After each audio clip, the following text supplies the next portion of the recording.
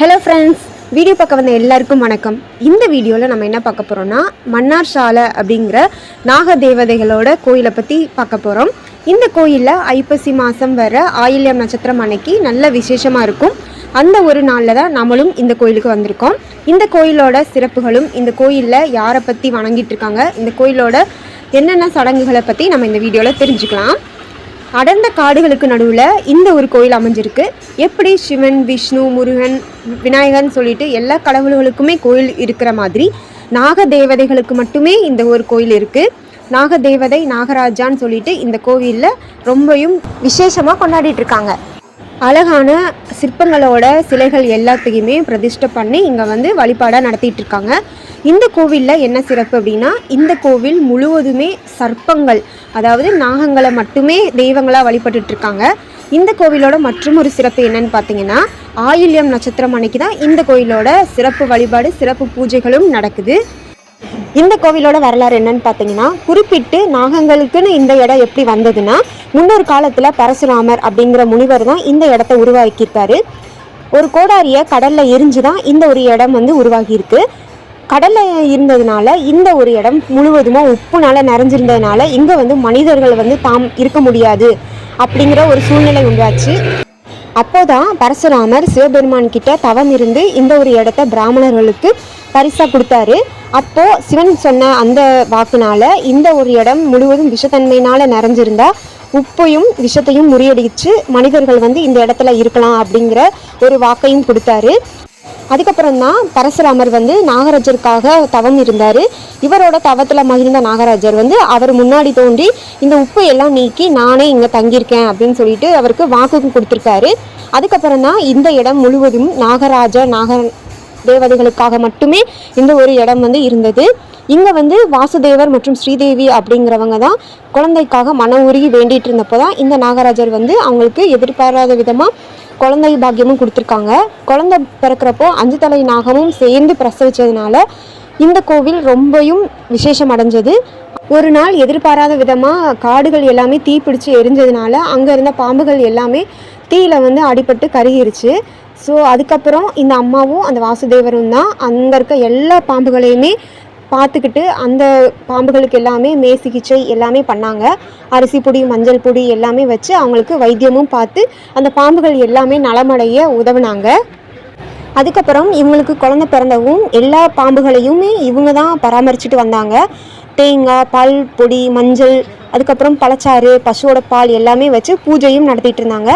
அந்த ஒரு நாள்லேருந்து இந்த ஒரு நாள் வரைக்கும் அந்த அம்மா தான் இந்த கோயிலை நிர்வகிச்சிட்டும் பூஜாரியாகவும் இருந்துட்டு வராங்க. சில குறிப்பிட்ட நாட்களில் மட்டும்தான் அங்கே உள்ள ஆண்கள் அனுமதித்து பூஜை செய்யவும் அனுமதிக்கிறாங்க அப்படின்னு சொல்கிறாங்க. அந்த அம்மாவுக்கு குழந்தையோட பிறந்த 5 தலை நாகமும் இன்னமும் அந்த காவில் தான் தவம் இருக்குது அப்படின்னு சொல்லப்படுது. இன்னமும் ஆளுங்க நான் பார்த்துருக்கேன் அப்படின்னு சொல்லிக்கிட்டு இருக்காங்க.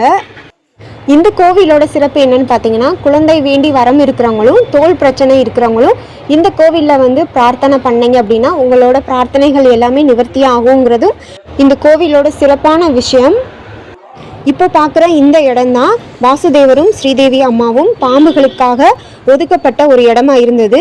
நாளை பின்ன ஏதாவது தீப்பிடிச்சாலோ இல்லை இயற்கை சூழ்நிலையினால ஏதாவது நேர்ந்துச்சுன்னா பாம்புகள் எல்லாமே இந்த ஒரு குழிக்குள்ளே, இந்த ஒரு காட்டுக்குள்ளே தன்னை பாதுகாத்துக்கணும் அப்படின்னு அவங்க 2 பேராக உருவாக்கின இடம் தான் இந்த ஒரு அடர்ந்த ஒரு காடு.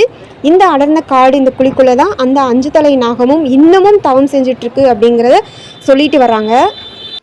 குறிப்பிட்ட சில பூஜை நாட்களில் மட்டும்தான் அந்த அம்மாவால் பாதாள அறை திறக்கப்பட்டு அங்கே இருக்க 5 தலை நாகம், அதாவது இவங்க எல்லாம் ஆசையாக கூப்பிடுற முத்தச்சன் அப்படிங்கிற அந்த 5 தலை நாகத்தோட பூஜையும் நடக்கும். அந்த பாதாள அறையோட பேர் என்னன்னு பார்த்தீங்கன்னா அப்பூப்பன் காவில் அப்படின்னு சொல்லப்படுது. இந்த இடத்துல சுமார் ஒரு 30,000க்கும் மேலான சர்ப்பங்களோட உருவம் பதிச்ச கற்களை பார்க்கலாம். அத்தனை கற்களுமே பிரதிஷ்டை செய்யப்பட்டு பூஜை செய்யப்பட்டு வச்சிருக்க கல்லுகள் தான். இது எல்லாமே இந்த கோவிலில் தெய்வங்களாக வழிபட்டு இருக்காங்க.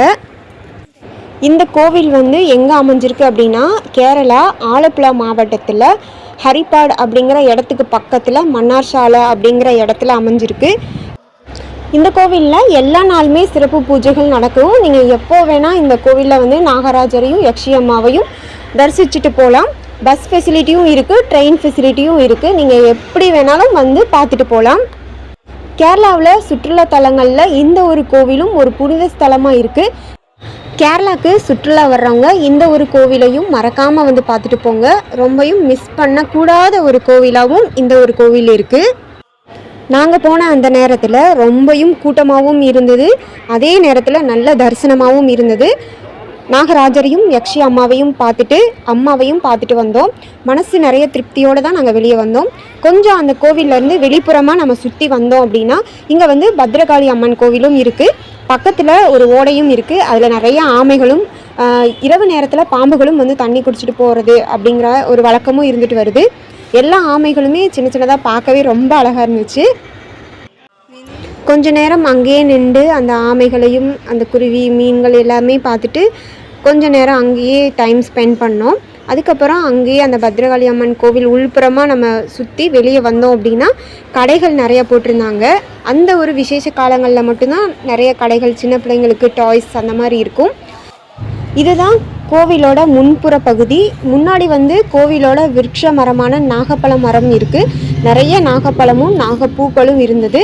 கீழே வந்து யக்ஷி அம்மாவோட சிலைகள் இருந்தது. அங்கே வந்து நம்ம பூஜைகள் எல்லாமே பண்ணிக்கலாம். மஞ்சள் பொடி எல்லாம் போட்டு கோவில்லையே அன்னதானமும் போடுறாங்க. நம்ம மத்தியானம் சாப்பிட்டுட்டு அதுக்கப்புறம் நம்ம கோவிலேருந்து வெளியே வந்து கொஞ்ச நேரம் சுற்றி பார்க்கலாம்.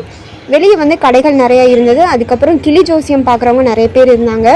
நம்ம விருப்பப்பட்டால் காசு கொடுத்து பார்த்துக்கலாம். ஒரு ஆளுக்கு 100 ரூபான்னு நினைக்கிறேன்.